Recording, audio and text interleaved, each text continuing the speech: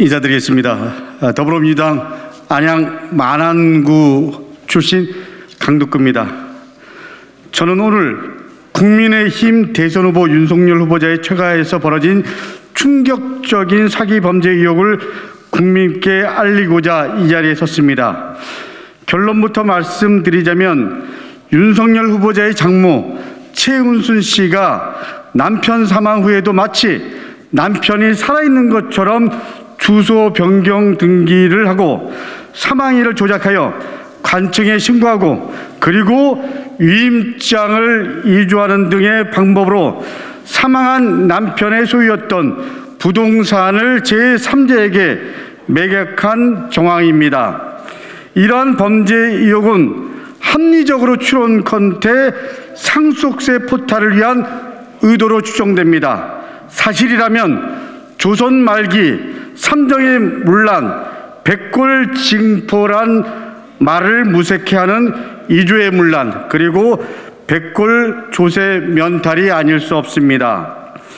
윤 후보자의 장모 최은순 씨와 부인 김건희 씨에 대해서는 그동안 은행장고 증명서 이조, 학력, 경력 이조 등 수많은 이조 의혹이 제기됐습니다. 이제 급기야 남편의 사망일까지 이조한 정황이 새롭게 추가됐습니다. 기자회견문에 첨부된 한양대 의대 부속병원이 발행한 사망진단서를 주목해 주시기 바랍니다. 최은순 씨의 남편이자 김건희 씨의 부친인 김모 씨의 사망일은 1987년 9월 24일로 기록되어 있습니다. 그러나 사망진단서와 함께 공개된 김 씨의 주민등록표 말소자 등본상에는 전입일이 같은 해 11월 24일로 변동일이 12월 10일로 표기되어 있습니다. 아시다시피 말소자 등본상 전입일은 사망일을 뜻합니다. 병원에서 확인한 사망일은 9월 24일인데 주민등록표에 기재된 사망일은 11월 24일입니다. 윤석열 후보의 장인이 다시 살아나 2달 동안 생존하다가 다시 죽지 않았다면 주민등록표 신고는 허위이자 이조가 됩니다. 그렇다면 어떻게 이조된 사망일자가 말소자 등본에 올라가게 됐을까요? 사망신고를 위해선 가족관계 등록법상의 사망진단서나 혹은 검안서 혹은 부득이한 사정으로 인하여 진단서나 검안서를 얻을 수 없을 때에는 사망의 사실을 증명할 만한 서면을 제출하도록 되어 있습니다. 즉 누군가 김 씨의 사망일 9월 24일을 11월 24일로 이주한 사망진단서나 검안서 등을 당시 관청에 제출하지 않고서는 불가능한 일입니다. 어떠한 목적을 위해서 고의적으로 2달간 윤석열 후보 장인의 죽음을 이주했다고 보는 것이 매우 상식에 부합한 판단입니다. 그렇다면 대체 무슨 목적으로 사망신고를 이주했을까요? 저희 의원실로 들어온 제보에 따르면 윤석열 후보 장인 김 씨의 사망 당시 김 씨가 보유하고 있던 송파구 석천동에 있던 토지는 당시 약 8억 4천만 원의 매각이 이루어졌다고 합니다.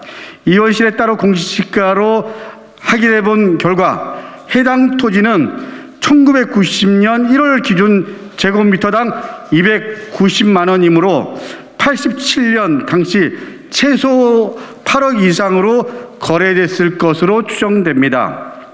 때문에 윤석열 후보의 장모 최 씨가 정상적으로 남편 김 씨에 대한 사망신고를 하고 토지를 상속받았을 경우 당시 세법에 따라 3억에서 4억 정도의 상속세를 납부해야 됩니다. 그러나 등본상에는 남편 김 씨 사망 이후인 1987년 12월 14일 이모 씨에게 매매에 의해서 소유권이 이전된 것으로 등재되어 있습니다. 즉 등본대로라면 이미 사망한 윤석열 후보의 장인이 2달 만에 다시 살아나서 매수자 이 씨와 부동산 매매 계약을 체결해서 소유권 이전을 진행한 것입니다. 더욱이 부동산 매매 계약을 위해서는 반드시 인감과 인감증명서가 필요합니다. 때문에 최 씨는 사망한 남편이 되살아나지 않았다면 허위로 인감증명서를 사용한 것이며 이 또한 명백한 불법입니다. 인감증명서 발급 날짜도 사망 이후라면 엄연한 공문서 위조입니다. 또한 남편을 대신한 위임장도 필요하기 때문에 유령이 위임하지 않았다면 이 역시 위조일 가능성이 높다고 하겠습니다. 한편 매매 완료 시점인 1987년 12월 14일에는 최은순 씨의 남편인 사망한 김 씨가 마치 살아있는 것처럼 주소 변경 등기를 하게 됩니다. 김 씨의 사망 사실을 숨기기 위한 의도가 아니라면 김 씨가 어떻게 다시 살아나서 주소를 변경했는지 윤석열 후보 일가는 그 기적의 근거를 반드시 밝혀야 합니다.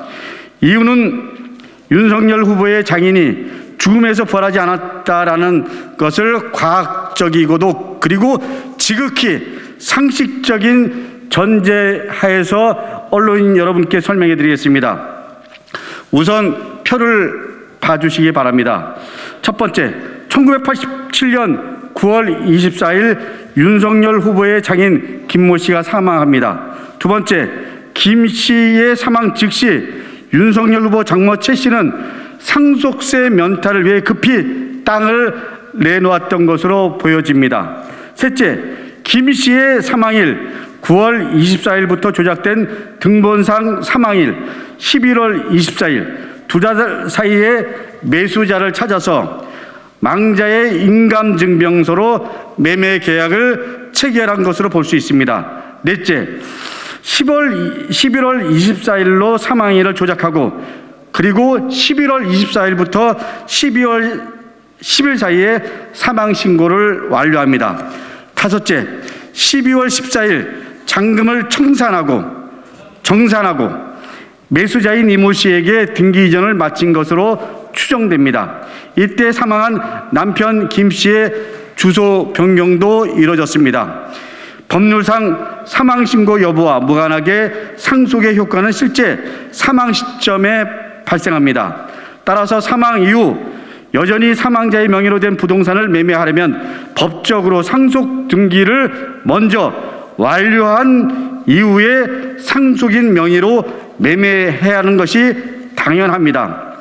최우순 씨가 상속 등기 없이 마치 죽은 남편이 매매한 것처럼 매매 계약을 체결하고 부동산 이전 등기를 격려했다면 이는 이임장 이조에 대한 사문서 이조 그리고 남편이 살아있는 것처럼 주소 변경 등기를 한 것은 공정증서 원본 등의 부실 기재 또한 매매 상대방에게 남편이 살아있는 것처럼 매매한 것은 형법상 사기죄가 성립됩니다. 아울러 이러한 불법적 의도가 상속세 탈루를 위한 것이라면 조세범 처벌법 제3조에 따라서 2년 이하의 징역형에 처해질 수도 있습니다. 만일 최 씨가 남편 사망 직전에 인감증명서를 발급해놓고 남편 사망 후에 이를 사용했다면 공문서 이전은 피할 수 있을지 몰라도 여타의 범죄 혐의들은 모두 동일하게 성립될 것입니다. 다만 해당 사건이 1987년에 발생한 것이어서 이들 혐의에 대한 공소시효는 끝난 것으로 보입니다. 마무리하겠습니다. 상속세를 아끼기 위해 죽은 남편의 사망일까지 조작했다면 사문서 이조 및 사기, 조세포탈, 그리고 공정증서 원본 부실 기재죄 등 무거운 중대범죄입니다. 대한민국이 다시 구시대의 친인척 비리 국가로 전락해서는 안 됩니다. 지금까지 구시대의 권력층이 쌓은 천문학적 부정축제의 비리가 다시 살아날 것입니다. 범죄를 짓고도 법에서 면책하고 그리고 그 공권력을 이용하여 상상도 못할 부정축제를 쌓아갈 것입니다. 공정의 무덤에 불의와 그리고 부정의 묘비명이 난무할 것입니다. 윤석열 후보는 현 정권에 대한 적폐 수사를 운운하기 전에 본인의 처가 적폐부터 제대로 수사받아야 합니다. 이상입니다. 감사합니다.